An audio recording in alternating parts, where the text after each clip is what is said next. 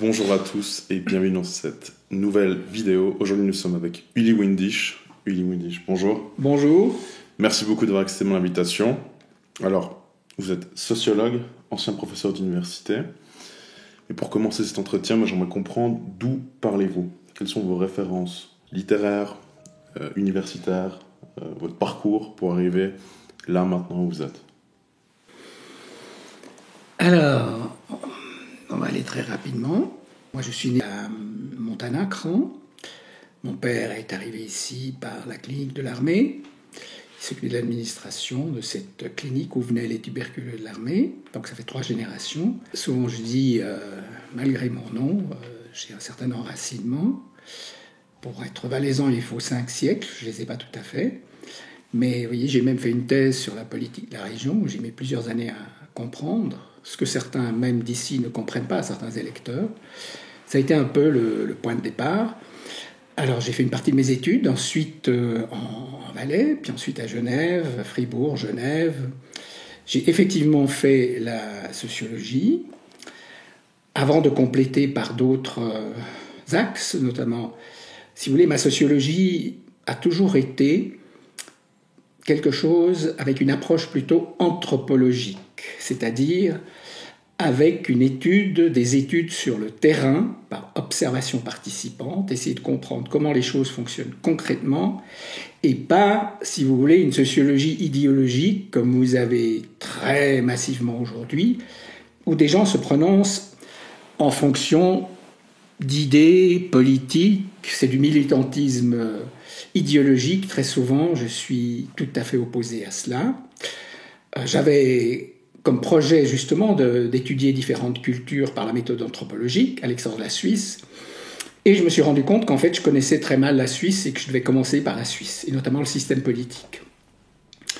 Et donc finalement, je suis resté en Suisse pour étudier la Suisse, tout en voyageant énormément, que ce soit pour des raisons scientifiques ou autres.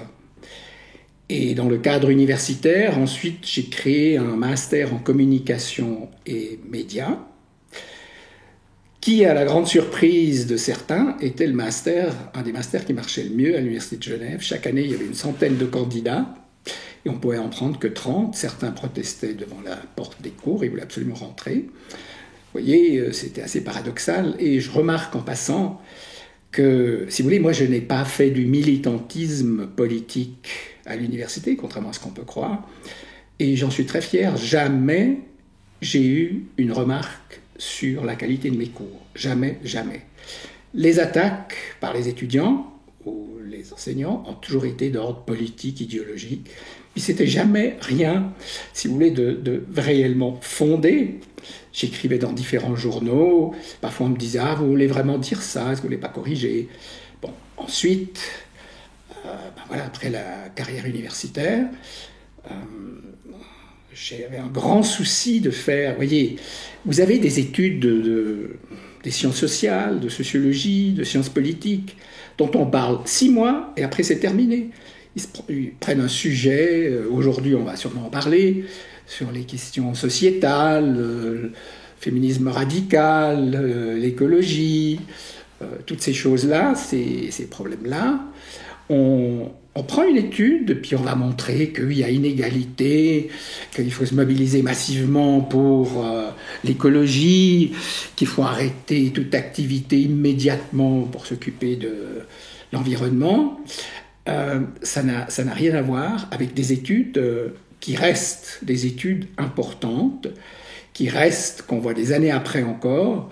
Je ne veux pas être outrecuidant, mais ma thèse, ça fait quand même un bon moment que je l'ai faite, on en est à la 3e édition cette année. Donc ce sont des études qui sont faites avec le chercheur qui est sur le terrain, qui passe du temps, qui essaie de comprendre une réalité sociale, culturelle, politique, pour ensuite en rendre compte dans ses spécificités, ses originalités. Donc vous devinez que je suis très allergique à ces prises de position idéologiques. L'autre jour, on interviewait un sociologue qui parle sur tout et sur rien maintenant dans les médias. Comment il s'appelle ? Protégeons-le. Il a fait une dépression. Alors, jamais je suis intervenu. Là, j'ai quand même titré il se prononçait sur l'avenir des jeunes. J'ai titré mon article « L'horoscope du sociologue ». Bon, voilà, si vous voulez, c'est quelque chose de très particulier et je pense que c'est un problème grave et de plus en plus grave. Le fait qu'une grande partie des sciences sociales et politiques, vous avez d'abord une option politique, idéologique, et pour être très concret, quelqu'un comme moi, qui Dieu sait, j'ai écrit une vingtaine de livres, vous ne trouverez rien qui est un militantisme idéologique, eh bien quelqu'un comme moi, aujourd'hui, ne serait plus nommé à l'université. C'est clair et net dans les disciplines où j'ai enseigné. Mais d'ailleurs, vous avez été licencié de l'université ou c'était comment? Parce que de ce que vous dites, moi je suis aussi allé à l'université et j'avais un cours d'économie du travail qui n'est que idéologie, c'est-à-dire qu'il y a des inégalités salariales partout, les gentils, les méchants, enfin le cours est structuré comme ça. J'ai bien pu le remarquer et en fait le non-militantisme dont vous parlez rend aussi le cours militant de cette manière, par opposition. Mais absolument. Par contraste, en fait. Maintenant, nuance, je n'ai pas été licencié de l'université. Certains le souhaitaient ardemment, mais c'était totalement impossible. Que voulez-vous qu'on me reproche? Quel sociologue a écrit une vingtaine de livres? Et d'ailleurs, un de ces sociologues m'a dit, tu travailles trop, tu nous gâches le métier. Vous voyez? Donc, non, licencié, non, mais des ennuis. Encore une fois, jamais à cause de mes cours, mes livres. C'est des articles que j'écrivais sur des sujets toujours chauds du moment. Insécurité, et pas il y a une année ou deux. C'était déjà dans les années 80 que je montrais à quel point des dangers importants nous guettaient. Si vous voulez, je pense que la sociologie a un avantage, si vraiment on a lu les grands sociologues. Comme qui? Alors, il y en a de nombreux, hein, mais en tout cas des gens comme Durkheim, Gurvitch, vous voyez, c'est des antiquités que les gens aujourd'hui ne connaissent plus du tout, mais qui essayaient de comprendre les bases du fonctionnement des sociétés. Et en ce sens-là, si on a une formation sociologique, on voit se dessiner des tendances profondes derrière les épiphénomènes. Et d'une certaine manière, sans juste prétendre faire des prévisions futuristes, vous voyez que des phénomènes qui paraissent momentanés, ponctuels, on se dit il faut qu'on s'attache à régler ce problème de l'insécurité ou autre. Vous voyez que ça arrive en s'amplifiant et que ça va devenir de plus en plus terrible. Mais ça, c'est en se frottant réellement à la société. C'est pour ça que je vous ai dit que moi, j'ai toujours été, quand j'étudiais un phénomène, d'entrer dans ce phénomène plutôt que de plaquer mes idées sur ces phénomènes. Donc vous reprochez à l'université d'être déconnecté au final, déconnecté de la réalité. Alors, précisons, il y a université et université. Aujourd'hui, les problèmes viennent, bien entendu, des sciences sociales et politiques. Vous voyez, vous avez un exemple extrême, mais ça arrive chez nous. Aux États-Unis, vous avez une université qui s'appelle Evergreen, où, avec le wokisme, avec tous ces sujets, on arrive au stade où les enseignants font une confession, s'agenouillent devant les étudiants pour s'excuser que sans doute inconsciemment ils sont racistes, ils sont sexistes, ils sont féministes. On n'enseigne plus, on ne travaille plus, on ne publie pas, on ne fait pas des vraies recherches.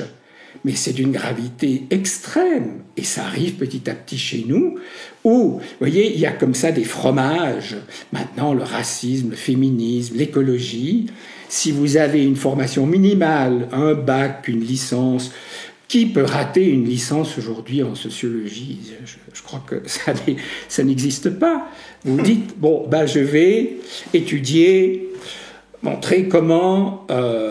la Suisse, finalement, est raciste sans le savoir. Et je vais prendre un exemple concret. Vous trouvez un poste. Très rapidement. Un crédit de recherche. Et finalement, vous allez pouvoir vivre de cela. Ou l'écologiste. Vous voyez, les écologistes, ils ont peut-être une licence. Ensuite, ils deviennent secrétaires du parti local. Et finalement, à force de militer, vous voyez, ils vont avoir un poste. Et puis finalement, ils atterrissent même au Conseil national. Et ils vont vivre leur vie durant là-dessus. c'est pure idéologie, c'est un peu carré ce que je dis. Non, mais c'est la réalité. Mais il y a de cela, il y a de ça. Connaissez-vous des grandes études aujourd'hui faites par des gens de sciences sociales qui resteront, connaissez-vous des Lévi-Strauss, connaissez-vous, etc., ainsi de suite. Ça, c'est un vrai problème. Et vous voyez, aujourd'hui, ça commence. À l'Université de Genève, vous avez peut-être vu qu'on commence à interdire la parole à des gens qui ne sont pas progressistes, wokistes, qui ne s'agenouillent pas, qui ne s'excusent pas à longueur de journée. Il y avait une conférence interdite d'ailleurs récemment à Genève. Oui, et ça va évidemment aller en augmentant. Mais vous savez, la question, c'est quelle culture ont ces gens ? Souvent, c'est une absence de culture. C'est juste une idéologie, un vernis, et avec ça, ils foncent sur la réalité, sur un problème, mais de la culture, connaissance littéraire. Moi, j'avais par exemple fait un séminaire où j'essayais de montrer aux étudiants que certains écrivains amenaient plus sur des sujets sociaux importants, l'immigration, etc., que des gens des sciences sociales. Non, mais... Il y a des écrivains qui ont fait des descriptions extraordinaires. Mais Houellebecq, rien que Houellebecq, Camus le cite tout le temps sur la dépression, sur la misère sexuelle, sur la dépression aussi, enfin tous ces thèmes qui sont très chers à Houellebecq. Houellebecq est le plus grand sociologue, en tout cas, ou un des plus, celui qui arrive le mieux à décrire la réalité. Il a effectivement, ce que je voulais dire tout à l'heure, il sent les tendances profondes de la société qui sont en cours, qui vont se développer. Voyez, ça, effectivement. Ça, c'est de la sociologie. Mais bien sûr que ce qu'il dit n'est pas vérifié empiriquement par toutes sortes d'enquêtes et autres, mais c'est extrêmement stimulant. Moi, je suis pour combiner les deux. J'ai fait des colloques avec des gens très importants sur les rapports entre sciences sociales et littérature. J'avais des gens comme Georges Ballandier, un anthropologue formidable, c'était le conseiller de Gaulle pour l'Afrique, avec Jean Mallory sur les Inuits. J'invitais ces gens et ils expliquaient comment ils étaient arrivés à leurs résultats, mais ça n'a rien à voir. Maintenant, les gens ne publient même plus. Ces gens qui font des petites enquêtes sur les nouveaux mouvements sociaux minoritaires ne trouvaient pas de livres. J'avais un thésard qui a fait une thèse tellement médiocre que quand je le vois à l'université, je lui dis « Écoutez, j'ai cherché votre thèse dans toutes les librairies, je ne l'ai pas trouvée. » Alors évidemment qu'il est atterré, n'est-ce pas ? On ne publie plus, on ne fait pas vraiment de la recherche qui sert de référence. Vous pouvez parfaitement demain, si vous faites une étude, vous voulez prouver qu'il y a une inégalité entre hommes et femmes. Mais bien sûr que vous allez le prouver dans n'importe quel domaine. Il n'y a pas besoin d'être... Je ne minimise pas ces problèmes. Mais ce n'est pas ça, une recherche qui dure des années et qui donne des livres, des ouvrages qui restent. Bon, la Confédération répertorie les inégalités salariales, elles arriveraient à 2-3%, et non à 20, comme on nous le dit. Oui, mais voyez, là... 20, c'est des moyennes, donc c'est totalement biaisé aussi. C'est des courants idéologiques qui prennent le dessus. Aujourd'hui, on le sait, les classes laborieuses, les classes populaires sont délaissées. Les socialistes s'occupent de ces nouveaux problèmes, n'est-ce pas ? Le wokisme, tout ça, ça fait vivre énormément de gens. Mais des fois, je me demande comment on peut vivre en sachant qu'on fonctionne entièrement à l'idéologie. Et plus, si vous voulez, votre croyance idéologique est caricaturale, plus vous êtes fragilisé, tôt ou tard. Tôt ou tard, vous allez être... Vous savez, dans les années 68-70, il y a des gens qui étaient frénétiquement engagés idéologie. Eh bien, vous avez des gens qui ont fait après coup des dépressions. Ils se rendaient compte qu'ils étaient hors réalité. Et certains se sont suicidés, n'ont pas créé de famille, ils étaient désorientés. Ce que je dis là a l'air énorme, mais je pourrais chaque fois donner des exemples concrets. C'est le cas maintenant. Encore, bien sûr. C'est une réalité qui est de plus en plus vraie. Mais voyez, le plus grave aujourd'hui, un exemple, disons, particulièrement grave, c'est cette histoire du changement de sexe, de l'interrogation sur le genre. Désolé, c'est criminel. On voit maintenant, à l'école, dans des classes, en Suisse et ailleurs, encore beaucoup plus aux États-Unis et dans certains pays, mais ça arrive petit à petit, où on demande à des enfants de 4-5 ans, est-ce que tu te sens plutôt garçon ou fille? Vous imaginez une question qui ne se pose même pas. Et vous avez des enfants, de jeunes enfants, qui, pensant qu'en fait ils aimeraient porter une jupe, tout à coup, je ne sais quoi, vont demander à ce qu'on les appelle autrement, voire, quand c'est autorisé, à changer de sexe. Eh bien, nous préparons des catastrophes gigantesques. Beaucoup de ces gens, à l'âge adulte, le regrettent, sont vraiment démunis, ne savent plus que faire. Changements de sexe qui se font dans l'autre sens après. Après la transition, Oui, les gens veulent revenir en arrière et c'est trop tard. Mais vous avez vu le documentaire? C'est irréversible. What is a Woman? Non, il n'y a pas besoin de voir de documentaire, vous savez, il suffit de je pense faire. qu'il va vous faire plaisir, il est très très bien. Tant mieux, tant mieux. Non, on commence à réagir. Si vous voulez, personnellement, je vais vous dire, il y a eu, à un moment donné, dans des pays où on a fermé les études genre. À Genève, eh bien, c'était une priorité. Moi, quand j'ai créé le master en communication et médias, on ne voulait pas me donner des moyens. J'ai été dans le privé, j'ai trouvé 1 million pour créer un master en communication et médias. Et en plus, quand j'ai dû passer par les autorités, ils ont refusé, vous imaginez ça? J'ai pu le créer quand même par un autre biais, puisqu'il y avait un doyen qui était d'accord d'en faire de l'intégrer dans une autre série de masters. Mais c'est surréaliste, hein, ça devient une priorité. Vous voyez, il y a une pression de tous les côtés. Et vous avez bien sûr les responsables, des doyens, des recteurs, ils sont tous de gauche, en grande partie. Non. Et ils ne veulent surtout pas être réactionnaires, vous voyez, qu'on les traite de passéistes. Donc il y a une machine qui est en cours, où il est très difficile de briser ces tendances profondes qui s'infiltrent partout, qui font que vous êtes comme piégé, vous ne pouvez plus être vous-même, vous ne pouvez plus faire la recherche que vous voulez, travailler de manière réelle comme on entend la recherche. Alors c'est pour ça, je dis, il y a des différences entre les sciences sociales et humaines et les sciences dites exactes, physique, biologie, médecine. Il y a des différences, même si toutes les disciplines peuvent être atteintes. Vous aviez justement créé les observateurs, vous avez créé ça en quelle année déjà? Ça va être très exactement 10 ans. Alors, 2012. Les observateurs, c'est un site internet de réinformation, mais il y a aussi une ligne éditoriale. Est-ce que vous pouvez nous toucher quelques mots? Quelle est sa mission et son rôle dans le paysage médiatique à l'heure actuelle, en Suisse? Oui. Et Suisse romande surtout. Oui, oui. Alors, vous voyez, ça a été une autre étape, je dirais, de ma vie, de mon engagement. D'abord, j'ai fait énormément de travaux, on pourra peut-être en parler un petit peu, sur le système politique suisse, sur la démocratie directe, où de nouveau, on croit que c'est une technique électorale, alors que c'est un état d'esprit. Vous voyez, c'est quelque chose qui s'étend à tous les domaines de la vie. Vous avez, dans certains pays, on se dit on va introduire un petit peu de référendum, peut-être, mais c'est pas que ça. Vous avez un état d'esprit politique, de consultation, de discussion en permanence. Dans le système de la démocratie, il n'y a pas d'évidence. Tout se discute, tout se négocie, tout le monde est concerné. Alors on me dit oui, mais et alors l'abstention? Mais c'est pas grave du tout. C'est que personne n'a envie de voter, de connaître tous les sujets. L'essentiel, c'est que tout le monde vote de temps en temps, mais ce n'est pas une obligation. Et surtout, vous voyez, en France, on a fait des référendums, puis ensuite on n'en tient pas compte. Ça ne va pas, ça commence en Suisse aussi. Ça commence justement. 2000. Et oui, ça commence, et ça c'est d'une gravité extrême.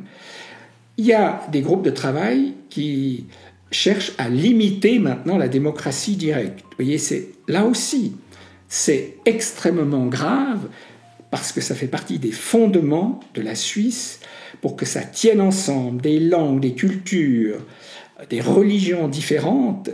Souvent, quand je fais des exposés, j'ai été malgré tout souvent invité par des ambassades suisses à l'étranger. On me demande, mais pourquoi, avec toutes ces différences, vous ne nous entretuez pas? C'est une bonne question. Effectivement, eh bien, vous voyez, c'est que les minorités pas celles dont on parle tout le temps actuellement, mais par exemple les minorités linguistiques. Les Romanches, suivant les estimations, ça fait entre 30 et 60 000 personnes. Eh bien, constamment, on a fait en sorte qu'ils puissent garder leur langue, on les soutient, on les aide, la moindre minorité est soutenue. Le Jura, vous voyez, certains, je me souviens à l'époque, disaient « mais tu t'occupes de cette question ». J'ai fait un livre sur ce Jura. Je disais que les Jurassiens séparatistes étaient plus Suisses que les Suisses. Oh, scandale, parce qu'il y avait des défilés avec des drapeaux. Mais c'est une minorité régionale, en l'occurrence, culturelle linguistique, qui a abouti sans terrorisme, sans violence. Ça a pris beaucoup de temps. Oui, les groupes urgents là, qui font perdre des milliers d'heures de travail en bloquant des routes, etc., c'est pas ça, la démocratie directe. Eh bien, les Jurassiens ont obtenu leur canton. Il a fallu du temps, et c'est pas encore fini, mais on aboutit. C'est ça, le système suisse, le fédéralisme. Le fait que la règle, c'est ce qu'une commune peut faire, le canton ne doit pas faire. Ce que le canton peut faire, la Confédération ne doit pas faire. Ce que la Confédération peut faire, l'Union européenne ne doit pas le faire. Vous imaginez, c'est une bombe. Et vous avez des Suisses qui militent pour entrer dans l'Union européenne, qui devient de plus en plus autoritaire. Moi, personnellement, je travaille à l'effondrement de l'Union européenne. Il faut absolument que ce monstre autoritaire, pré-totalitaire, s'effondre. Mais pourquoi ? Pour faire quoi ensuite ? Pour faire une Union européenne, une Europe des patries, comme le voulait par exemple aussi Denis de Rougemont, avec une autonomie des pays. Mais voyez comment sont traités certains pays en ce moment en Europe. Mais c'est le totalitarisme. Ce qu'a subi la Grèce, ce qu'on veut faire subir à l'Italie, ainsi de suite. Des gens incompétents qui ont des doctorats trafiqués, comme von der Leyen en ce moment, qui a été une ministre catastrophique de la Défense en Allemagne. Eh bien, elle devient présidente de l'Union européenne et donne des ordres à gauche, à droite, commande pour des centaines de millions des vaccins sans consulter personne. Et vous avez encore des Suisses qui veulent entrer dans l'Union européenne. C'est absolument ahurissant. Ça veut dire qu'ils ne connaissent pas la richesse du système suisse. C'est pas être bêtement patriote, c'est de connaître, de voir comment ça fonctionne. Vous voyez, fameux unité dans la diversité. C'est un slogan, mais qui n'est pas vide. Ça veut dire... Gonzague de Reynold, ça. La Suisse une et diverse. Absolument. Ça veut dire que chaque diversité qui est respectée dans ses spécificités renforce l'unité. J'ai dit ça une fois dans un colloque en France, convoqué par un ministre, et à propos des minorités régionales, n'est-ce pas, là, un État central, autoritaire, fort, a peur de l'éclatement, et par conséquent des minorités. Et j'ai dit, ben voilà, si ces minorités pouvaient se développer culturellement, qu'on leur laisse une certaine autonomie, l'État serait plus fort. Il y a eu un tremblement de terre, les chercheurs, mes collègues sont montés sur le podium en disant ça c'est l'idée d'un Suisse, mais ça ne marche pas du tout chez nous. Mais il y avait un autre phénomène à la fin, c'était très drôle. Il y avait un collègue qui dirigeait la séance, me dit, je ne sais pas ce qui se passe, il y avait des caméras, des radios de partout qui arrivaient vers le pupitre, et il m'a dit, je crois que c'est pour toi. J'ai dit, mais pourquoi ? Et plusieurs, si vous voulez, médias régionaux ont dit, répétez simplement ce que vous avez dit. Oui, les autres étaient affolés, et eux, ils voulaient entendre ça. Ils demandent, c'était pas des terroristes.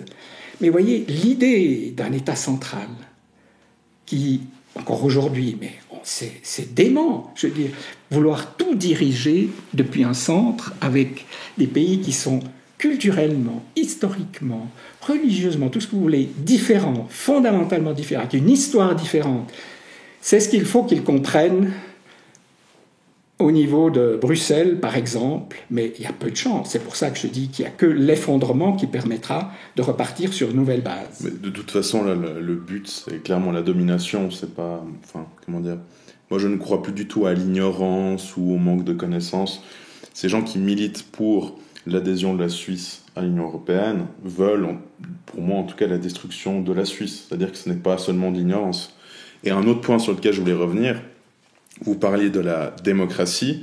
Alors oui, c'est un système incroyable, Mais moi, depuis quelque temps, je remarque, aucun vrai sujet ne sont traités. Là, on a eu les dernières votations en septembre, ce ne sont que des réformes économiques. L'AVS, il n'y a aucune question civilisationnelle qui est posée sur la déchristianisation, sur le changement de peuple, ou encore, que sais-je, sur la valorisation de notre patrimoine. Rien n'est fait, c'est seulement de réformes AVS. Mais d'ici là, quand moi j'aurai 65 ans, ça devra de nouveau changer. L'âge sera encore plus éloigné, c'est-à-dire que ce ne sont que des réformes de Premier ministre, entre guillemets, alors que nous on n'en a pas, mais vous voyez ce que je veux dire, c'est très secondaire. Et encore le dernier point, la France ne connaît pas le système fédéral, parce que eux c'est soit jacobin, girondin, et je pense que l'Union européenne est sur le même système, c'est-à-dire qu'elle veut clairement dominer les États et en faire on délègue en fait les tâches dont on ne veut pas s'occuper. Alors, si vous voulez, là aussi, il y a des tendances profondes en cours avec ces phénomènes. À savoir que si, par exemple, l'Union européenne continue dans le sens actuel, ça va créer des dégâts dont on n'a encore aucune idée. N'est-ce pas ? L'idée, c'est de tout diriger. C'est, bon, évidemment, l'optique mondialiste, l'optique mondialiste, ça veut dire le mépris total des pays, des nations, des frontières, des cultures historiques. Vous dites à des gens, vous n'êtes plus rien. Maintenant, c'est un grand ensemble, c'est le monde, c'est la mondialisation, on va tout diriger depuis en haut. Ils ne se rendent pas compte, on s'approche des pires aspects du totalitarisme, on sait ce que ça a donné, cette idée, vous voyez, de s'extraire des réalités concrètes, quotidiennes, qui ont été vécues pendant des siècles et des siècles par les populations, qui ont des traditions, des cultures spécifiques, tout à coup on leur dit, ça vaut plus rien, on va dans l'Europe, et tout ça, ça n'a plus de sens du tout. Mais les gens ne se rendent pas compte, c'est terrifiant. Alors dans un premier temps, ça anesthésie un peu les gens, mais c'est clair qu'on va être confronté à des conflits dont on n'a encore aucune idée.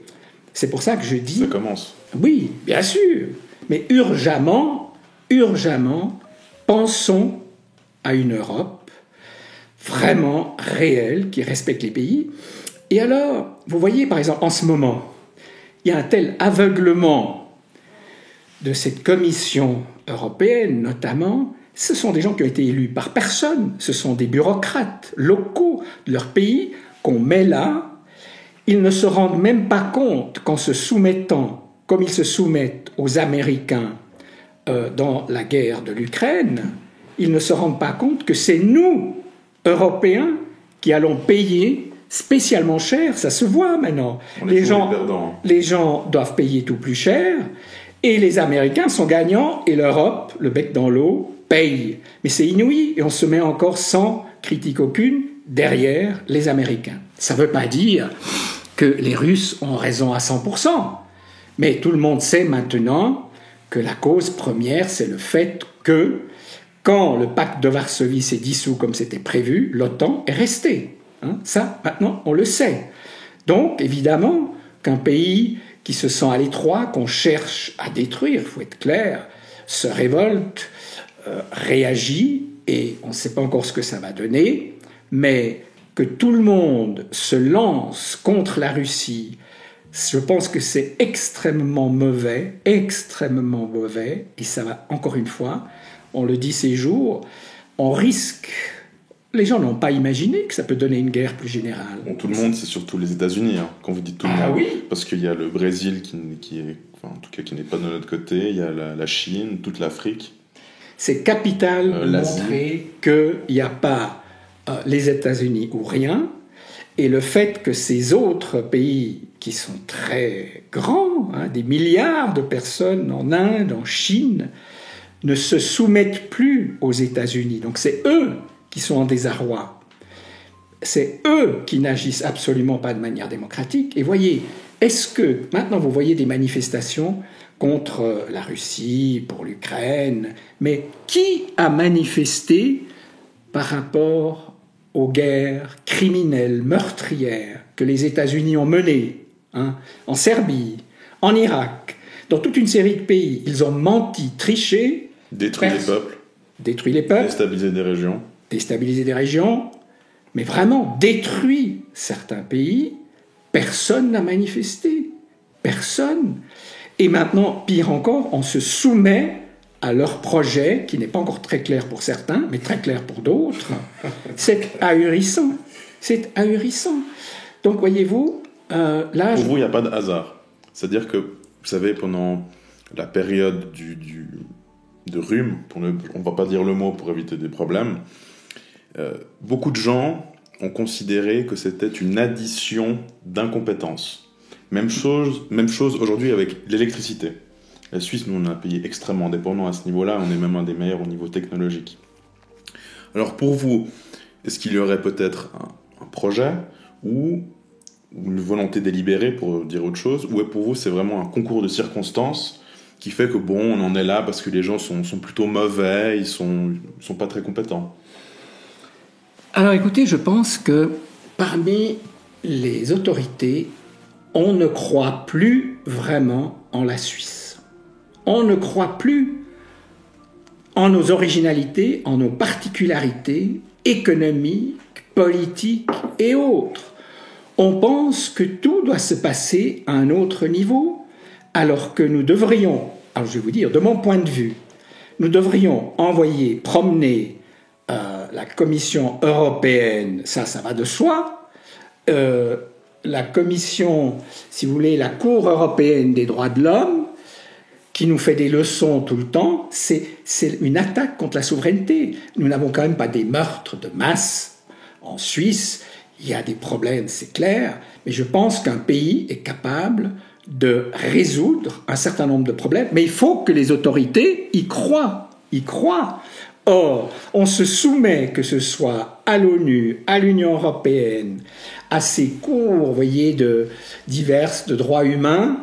Maintenant, on a appris, on le savait depuis longtemps, que par exemple, cette fameuse commission européenne des droits de l'homme, tenez-vous bien, sur la centaine de membres, au moins une vingtaine, les gens sont persuadés que ce sont des juristes, que ce sont de grands avocats, ce sont des militants d'ONG qui ont été avant payés par Soros. Comme pour le GIEC. Et vous avez des gens qui sont très, très, très investis. Pour montrer cela, il y a un institut qui s'est créé pour montrer ce que sont ces personnes qui nous disent qu'on a gravement transgressé les droits de l'homme sur tel ou tel cas en Suisse. Ce sont des militants politiques, idéologiques, et pas du tout des personnes qui sont sérieuses. Au-delà des engagements idéologiques partisans. Toutes ces choses, c'est fou, ça apparaît petit à petit, mais ça, il faut oser. Personne aujourd'hui oserait dire on va se retirer de cette commission des droits de l'homme. On refuse de suivre, comme commencent à le faire les Hongrois. Vous voyez, sur l'immigration, ils sont très stricts. Aucun autre pays ose faire ça. Pourquoi ? Parce que l'Union européenne dit si vous ne les laissez pas entrer, on va vous bloquer tant de milliards auxquels vous y auriez droit. Mais c'est un marchandage absolument ignoble. Ce n'est plus de la politique où on veut résoudre des problèmes entre plusieurs pays et non pas torturer tel ou tel pays. J'utilise délibérément le mot. Et c'est génial de voir qu'il y a des résistances. Nous, Suisses, c'est quand même terrifiant, devrions prendre exemple sur des pays comme la Hongrie, il y en a d'autres, qui refusent ce qui leur paraît inacceptable pour leur pays. Chaque pays a le droit de se gérer comme il l'entend, tout en étant prêt à coordonner avec d'autres pays qui sont inévitables. Pour la Suisse, vous voyez, nous avons des richesses extraordinaires, mais à des moments donnés, on peut se demander si certains, pas maintenant, tout à coup ça change un peu, n'étaient pas prêts à, en gros, si vous voulez, brader les barrages, brader certaines réalités qui étaient vitales pendant des années. Mais c'est énorme, ça veut dire qu'on marche, comme on dit, sur la tête.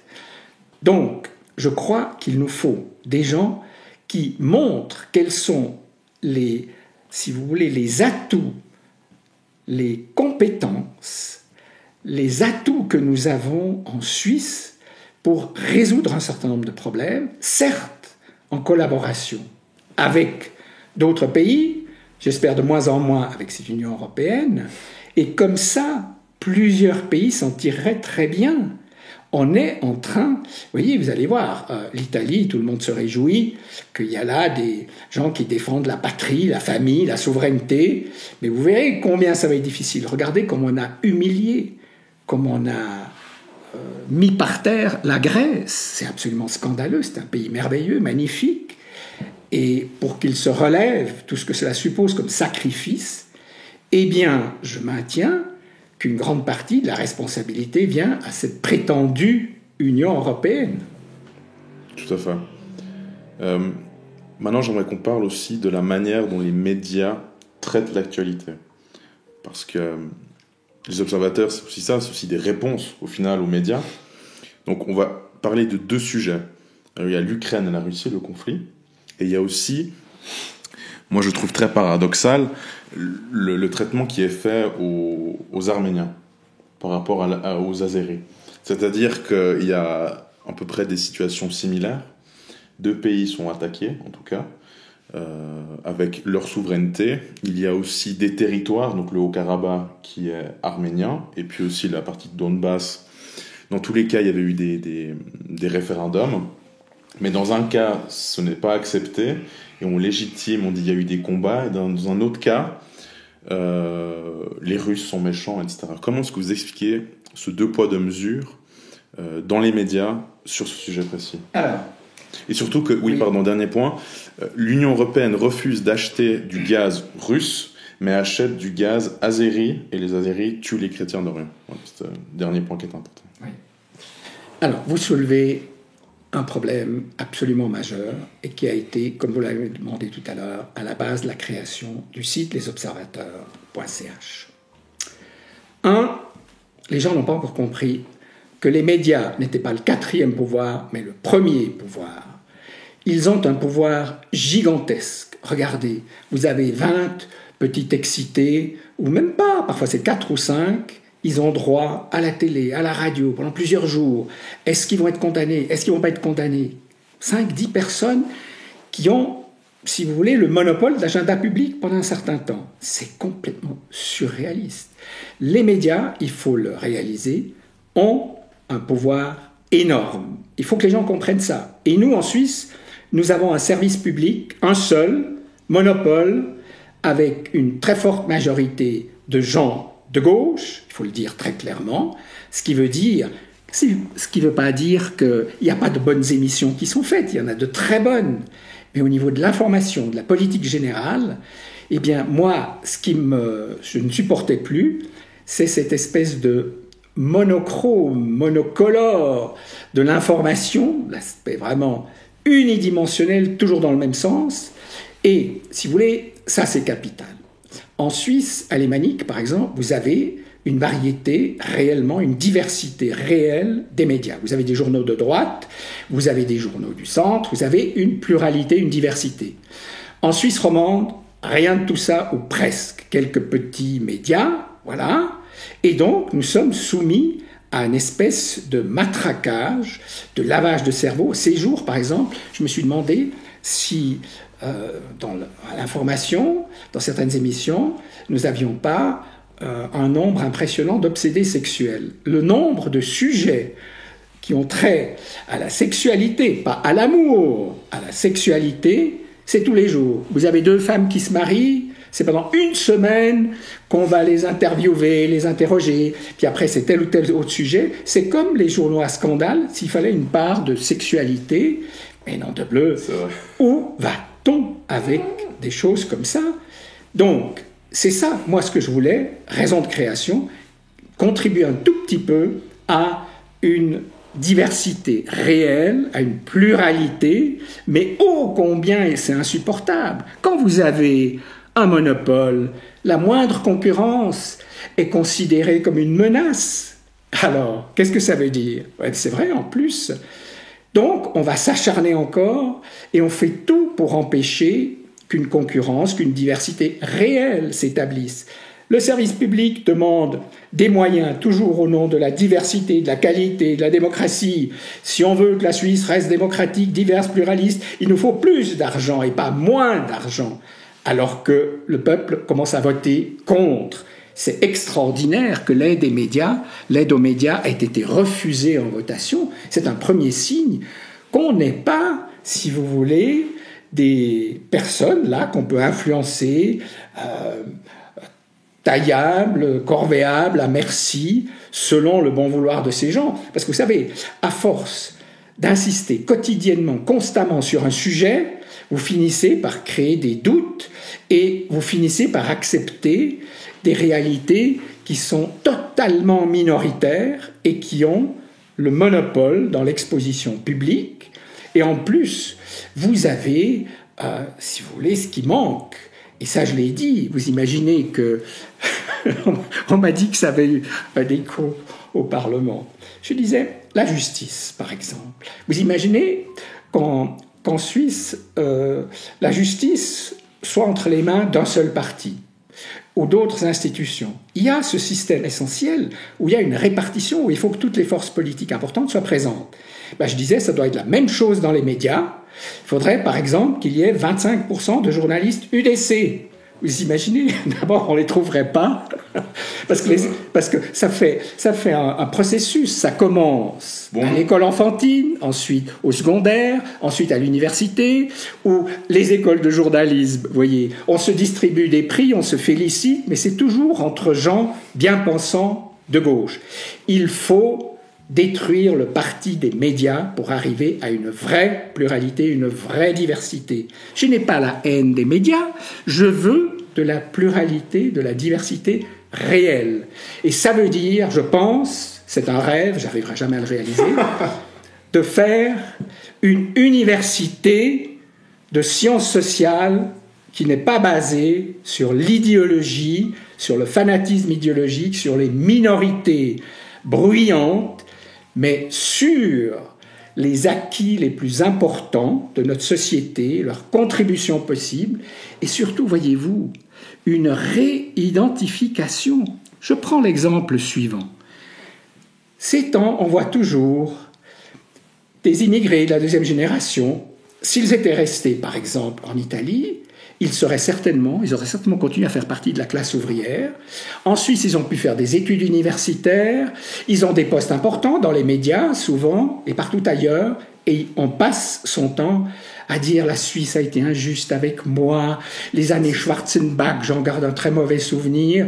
On pourrait parler de Schwarzenbach, c'est très intéressant. Vous voyez, c'est un tic qu'il faut se plaindre, être victime.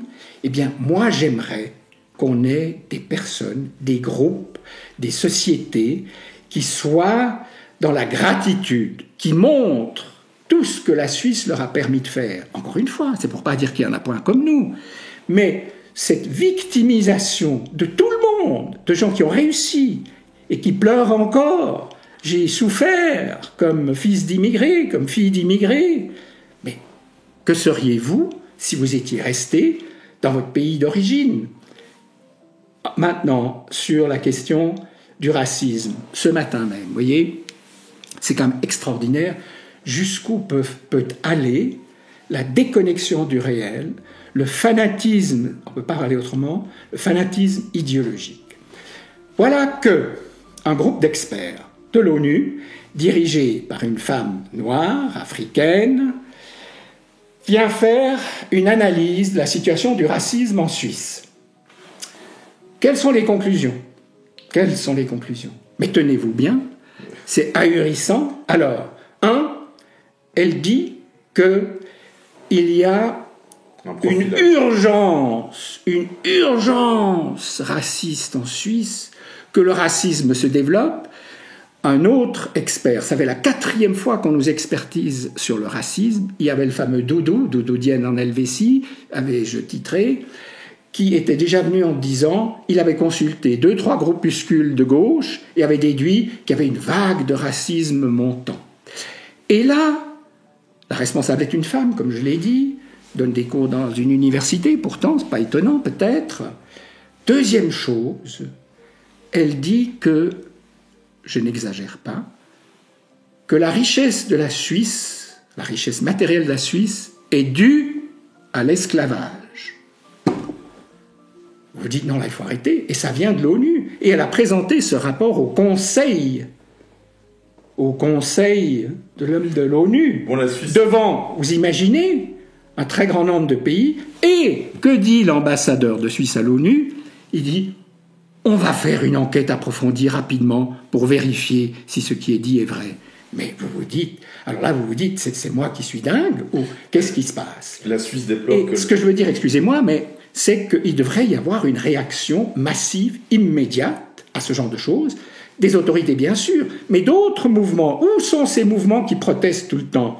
Alors là, rien. On peut nous insulter, nous traiter de tous les noms, ça passe, mais ce qui est le plus grave, à force de se laisser comme ça insulter, traiter de raciste, de tous les noms, etc., vous encouragez toutes ces victimes qui sortent du bois et qui se sentent victimes pour une raison ou pour une autre, qui vont constituer un groupe, qui vont devenir chercheurs sur la question.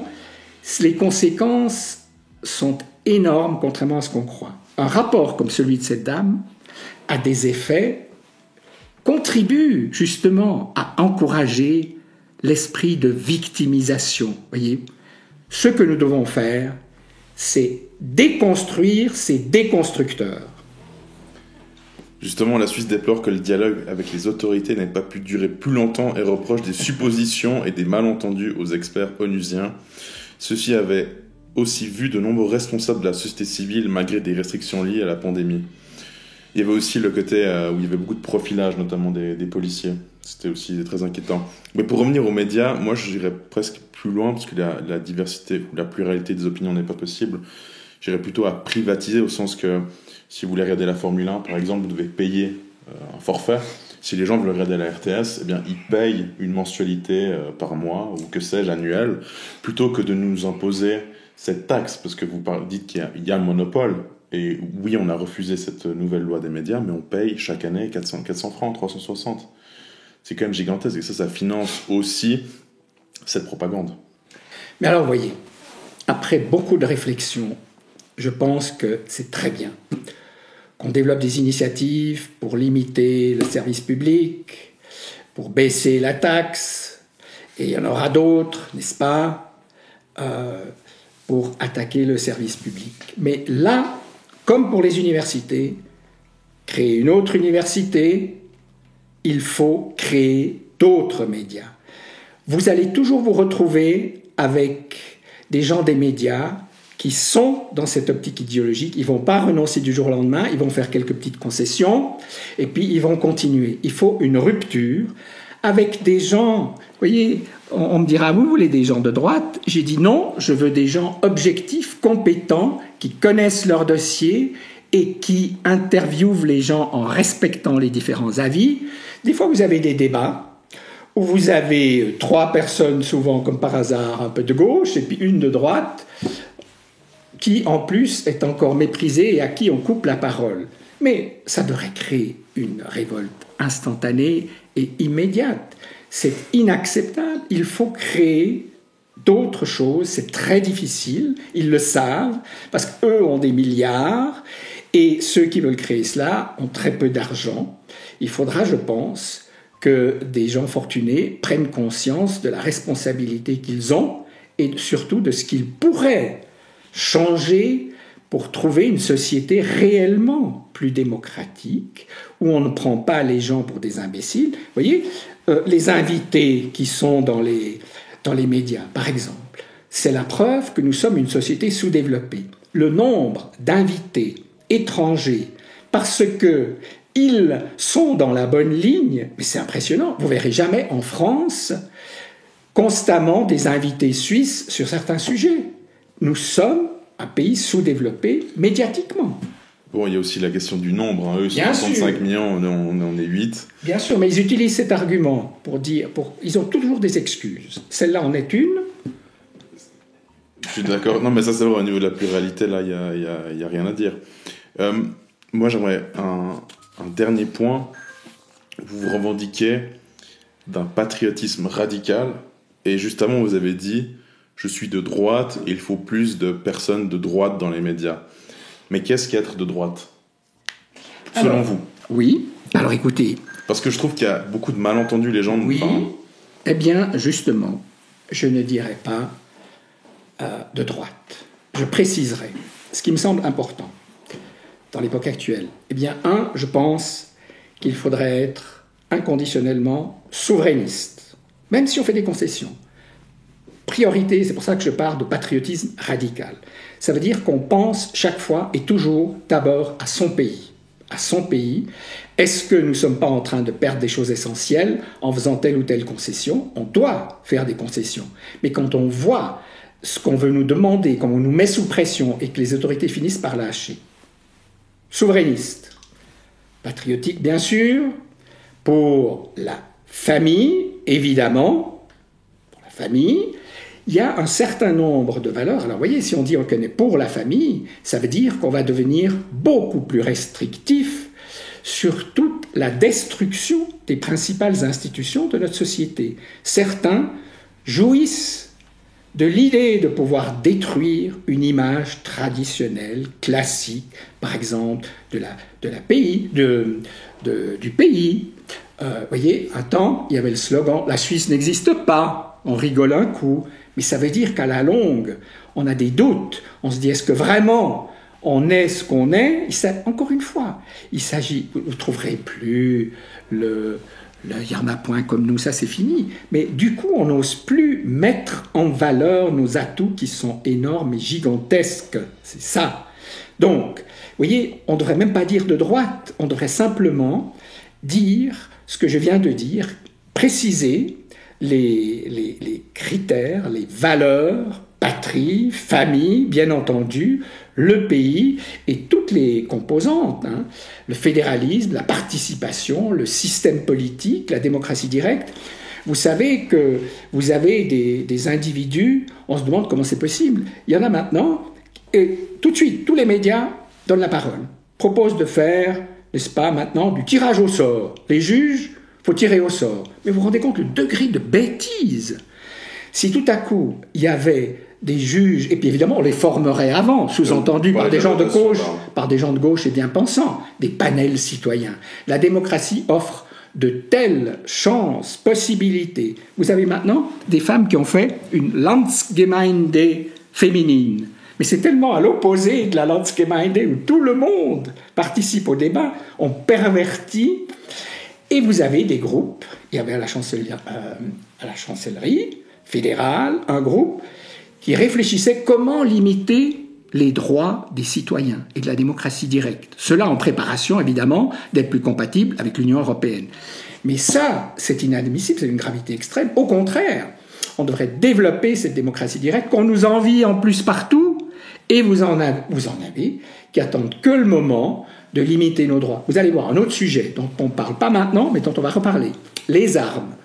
L'Union européenne a réussi à déjà nous amener à limiter certains domaines dans les armes. Eh bien, ça va continuer. C'est insupportable d'imaginer, et c'est vrai que c'est surprenant, c'est génial, c'est extraordinaire, que vous avez des soldats suisses qui ont l'arme à la maison, qu'on voit sur les quais de gare, aujourd'hui encore. Moi, j'ai une image où on voit 2 jeunes filles avec le mousqueton qui vont au stand de tir. Et là, récemment, il y avait une vente aux enchères des armes à Martigny, il y a 2-3 jours. Mais moi-même, j'étais totalement surpris. Vous aviez des centaines d'armes de toutes sortes, depuis la Kalachnikov jusqu'à tout. Vous pouviez acheter, puis ensuite, bien sûr, aller demander un permis. Et pour cela, évidemment, il faut avoir un casier judiciaire, être deviné. N'importe qui, on ne vous donne pas ça comme des bonbons à la Migros ou à la Coop.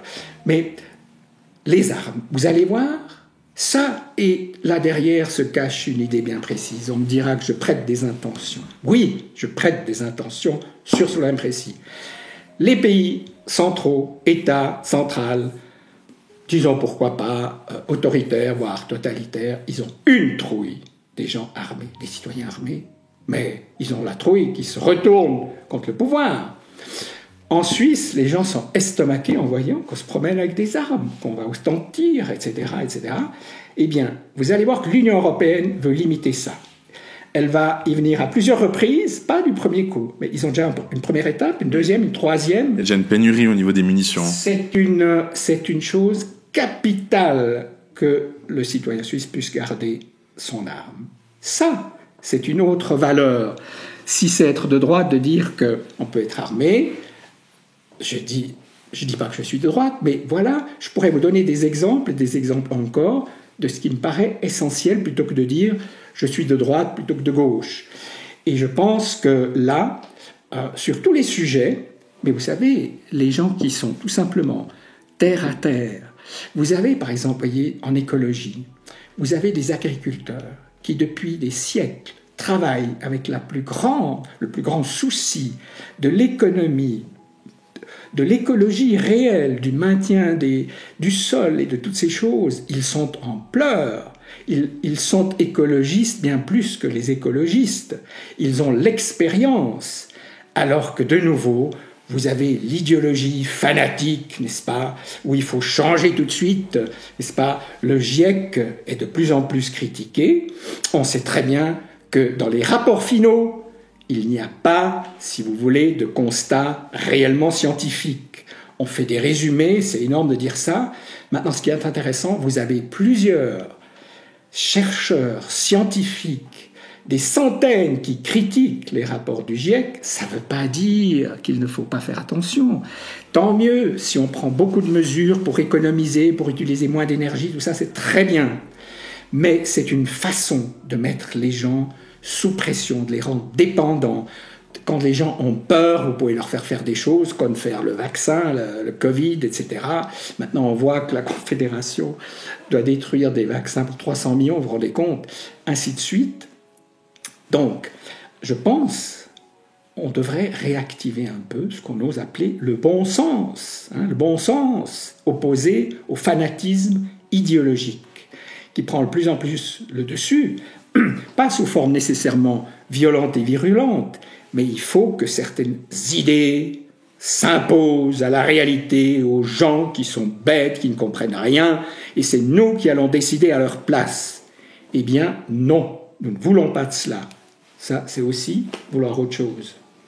Ne pas être de gauche. Mille merci pour ces mots. Merci beaucoup d'avoir suivi. Si vous avez aimé, n'hésitez pas à commenter, partager, à vous abonner. Et on se voit très vite pour une prochaine vidéo. À bientôt.